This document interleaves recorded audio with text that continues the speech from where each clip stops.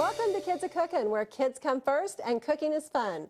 I'm Karen, and Emily is here today to help us with our latest recipe. Are you ready to cook today? You know, you stay really busy with activities during the school year. What do you like to do in the summertime? I like to golf and play summer basketball. Oh, there's like a tournament or a league in the summertime that you play? How about the pool? Are you kind of a pool person? Not really, but I'll go occasionally. Not a big swimmer? No. Well, today we are making basic fried rice, which is a must for any Chinese dinner. Do you like Chinese food? This is a really good recipe, very easy to make, and it's a great addition if you're making Chinese food at home. We want to be sure you wash your hands before you get started. Emily and I have already washed our hands, haven't we? You've washed yours, haven't you? Yes. Okay, I did too. And then you begin this recipe by heating 1 to 2 tablespoons of vegetable oil on high for about a minute before you get started. Now you can use just a nonstick large skillet like we have here, or if you have a wok at home, you can use that too. There's stovetop woks and there's electric woks. So whatever you have, you just need something that will get hot for you.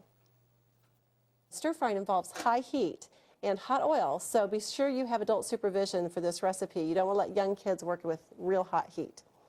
Now, we're going to begin this recipe by adding 3/4 cup of chopped onion into our oil. So while this is heating up, we're going to let you finish chopping this, Emily. We already have some done, and you just want to be real careful with that sharp knife and dice up the rest of that. You got to have onion in your basic fried rice. It's delicious.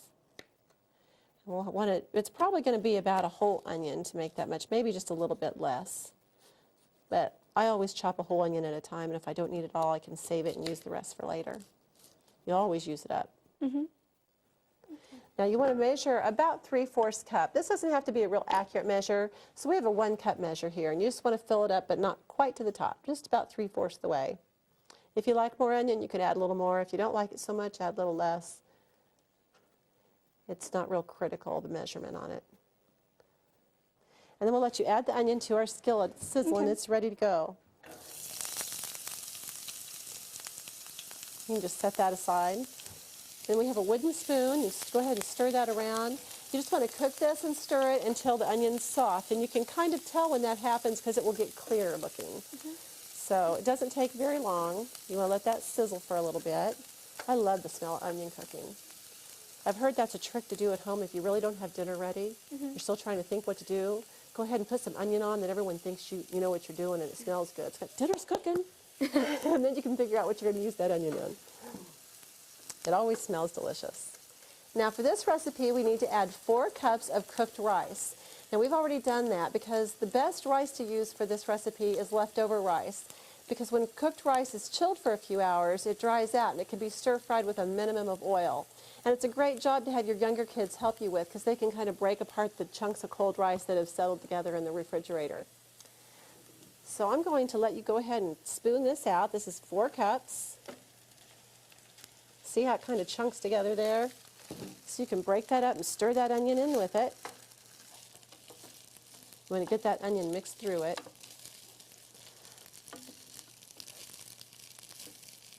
You can see as it cooks, because it will turn a brownish color. It will turn kind of brown, and you can tell it's heating up and soaking in that flavor. Stir frying, you got to do a lot of stirring and move it all around so all the food gets around that hot part of the pan. Everything touches it. It won't cook it very hot when it's up here on the top, and we have a lot of rice in there, don't we? Now once we have this all cooked, we're going to just kind of push it around to the side, because we're going to make room to cook our eggs there in the middle. So you just want to make a well in your pan. Go ahead and push it back out of the way, and it can be cooking a little bit longer. Okay. And we already have 2 eggs that we have broken into our dish. You can just set that down. We're going to add our eggs to the middle. Breaking eggs is a tricky skill. Can you break eggs pretty well now? Yeah. Yeah. That's a good job to have younger kids help you with too. You can see that's already cooking, but to this we want to add our soy sauce and our pepper. We're going to add 2 tablespoons of soy sauce. And as you measure that, you can just measure over this bowl if you want.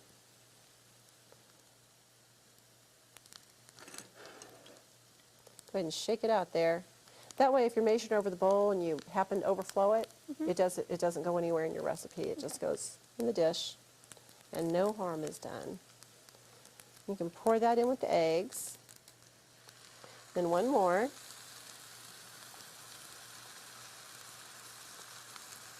Good job. And then we need to measure 1/4 teaspoon of pepper. And we have the top off of here. So you can just kind of dip in there, sprinkle it out. Now if you want, Emily, go ahead and use our fork here to break up those eggs Okay. and scramble them a little bit. Break that up, and then you can kind of, give it that action, and it will scramble them up there. You can mix with that soy sauce. When that heat's that high, they cook pretty quick.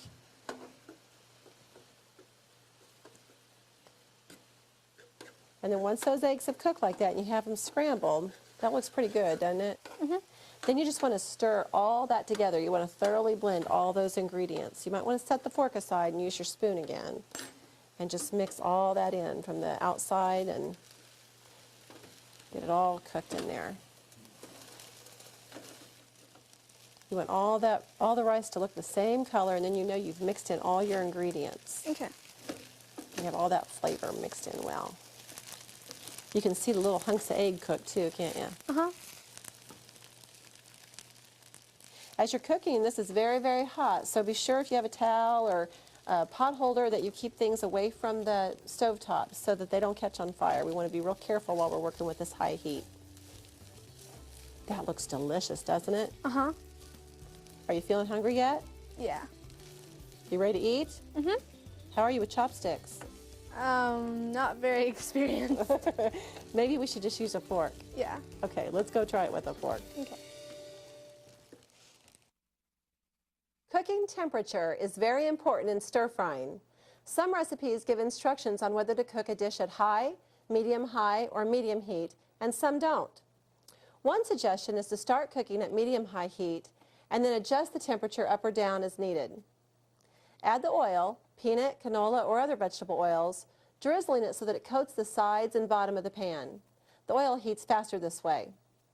If the recipe calls for meat and vegetables, cook the meat first and then remove it from the pan. Add the meat back in when the vegetables are almost cooked.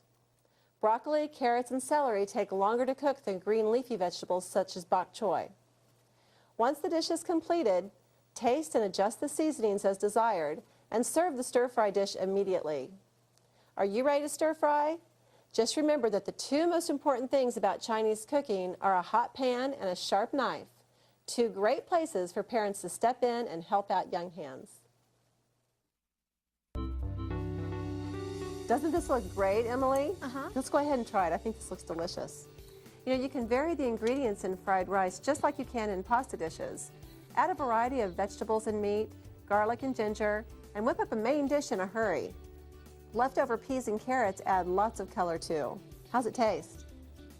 Tastes good. Do you like that? Mm-hmm. What would you add to it, do you think, if you were making it?